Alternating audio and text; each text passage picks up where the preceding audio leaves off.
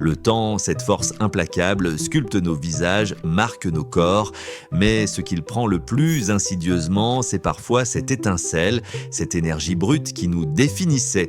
Vous savez, cette vitalité masculine, celle qui nous pousse à conquérir, à créer, à être pleinement présent.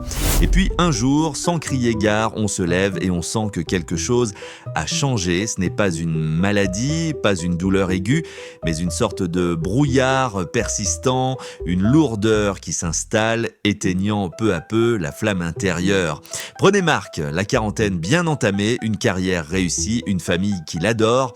En apparence, tout allait bien, mais au fond de lui, Marc sentait un décalage grandissant.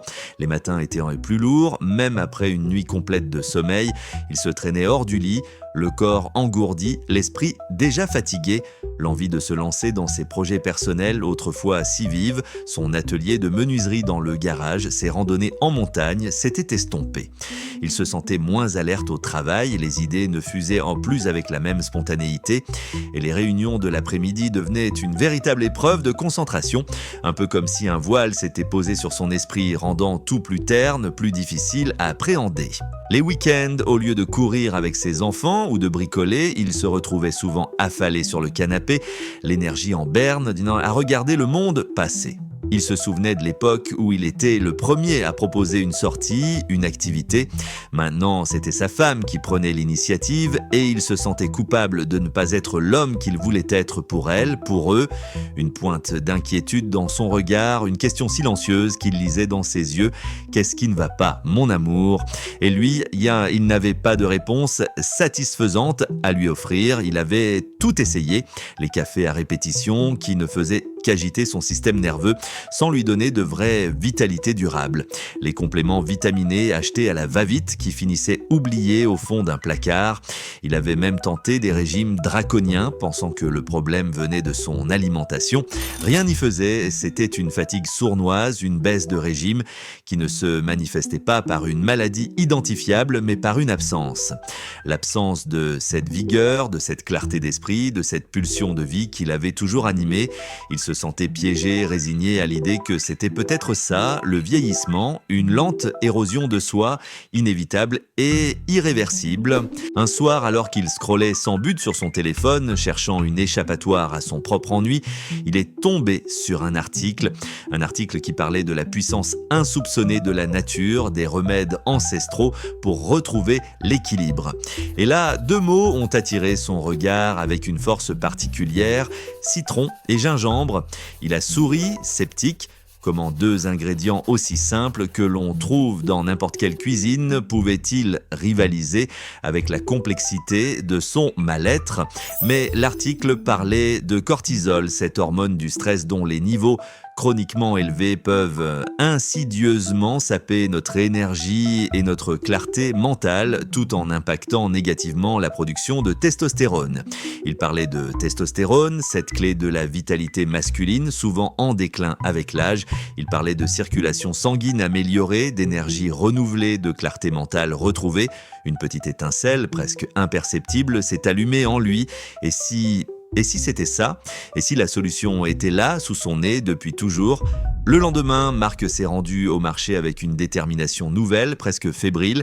Il a choisi les citrons les plus juteux, un morceau de gingembre bio à l'odeur piquante et un bon miel local doré et épais. En rentrant, il a suivi les instructions avec une précision presque scientifique. Râper le zeste d'un citron entier. Oui, le zeste, cette partie si souvent ignorée, mais si riche en composés bénéfiques pour réduire le cortisol, cette hormone du stress qui nous ronge, et pour soutenir naturellement la production de testostérone. Puis peler et couper finement un morceau de gingembre frais. Le gingembre, cette racine millénaire, reconnue pour ses propriétés anti-inflammatoires et stimulantes, favorise une meilleure circulation sanguine, réchauffant le corps de l'intérieur et contribuant à une vigueur générale. Il est même réputé, disait l'article, pour améliorer la fertilité masculine et la vitalité sexuelle sexuelle. Il a mélangé le tout dans une tasse, y a versé un peu d'eau chaude, puis a ajouté une cuillère généreuse de miel, ce nectar doré qui, paraît-il, contribue aussi à la production de testostérone et à la qualité du sperme, tout en adoucissant harmonieusement le mélange. La première gorgée fut surprenante, un mélange acidulé, épicé et doux à la fois. Il n'a pas ressenti de miracle instantané, bien sûr, mais il a ressenti quelque chose. Une chaleur douce se répandre en lui, une sensation de propreté, de réveil subtil. C'était différent du coup de fouet artificiel du café. Il a décidé de s'y tenir. Chaque soir, 1 heure avant de se coucher, il préparait sa potion. C'est devenu un rituel, un moment pour lui, un acte d'auto-soin qu'il avait oublié depuis longtemps.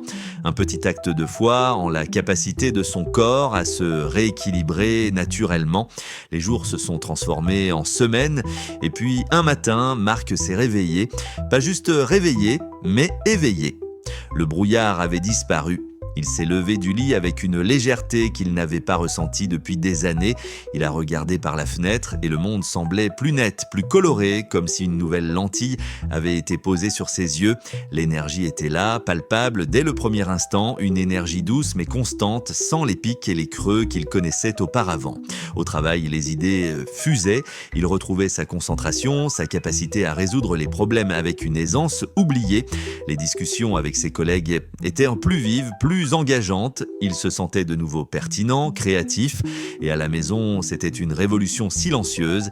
Il jouait au football avec ses enfants, dans le jardin sans s'essouffler, riait plus fort et était plus présent pour sa femme. Leur conversation du soir était plus profonde, plus connectée. Il se sentait de nouveau comme l'homme qu'il avait toujours voulu être, fort, énergique, passionné, un pilier solide pour sa famille.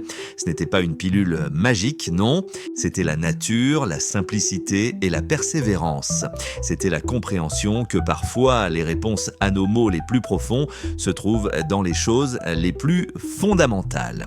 Le citron et le gingembre n'avaient pas seulement boosté son corps, ils avaient ravivé son esprit, son âme. Ils lui avaient rappelé la puissance de prendre soin de soi, de croire en la capacité de son corps à se régénérer, à retrouver son équilibre naturel. C'était une leçon d'humilité et de gratitude envers la nature. Marc a compris que cette énergie masculine sans âge n'était pas une utopie, mais une réalité accessible, et elle ne dépendait pas de la jeunesse éternelle, mais de la sagesse de nourrir son corps et son esprit avec ce que la nature offre de meilleur. C'est une histoire de reconnexion, de redécouverte de soi, de la force qui réside en chacun de nous, une histoire qui nous rappelle que même face à l'érosion du temps, nous avons le pouvoir de raviver notre flamme intérieure, de retrouver cette vitalité qui nous rend pleinement vivants. Alors, si vous aussi, vous vous sentez un peu éteint, si cette vitalité vous manque, si le poids des jours semble plus lourd, pourquoi ne pas essayer? Le chemin vers une énergie renouvelée est peut-être plus simple que vous ne l'imaginez. Il commence peut-être par un citron, un morceau de gingembre et une cuillère de miel. Un geste simple mais qui peut transformer votre quotidien, vous redonner cette force, cette clarté, cette joie de vivre. Parce que l'énergie masculine, la vraie, est intemporelle. Elle attend juste d'être réveillée. Et parfois, il suffit de peu pour la faire renaître. Prenez soin de votre vitalité naturellement et si cette vidéo vous a aidé, abonnez-vous à la chaîne pour découvrir d'autres secrets. Santé, à bientôt sur Super Vie.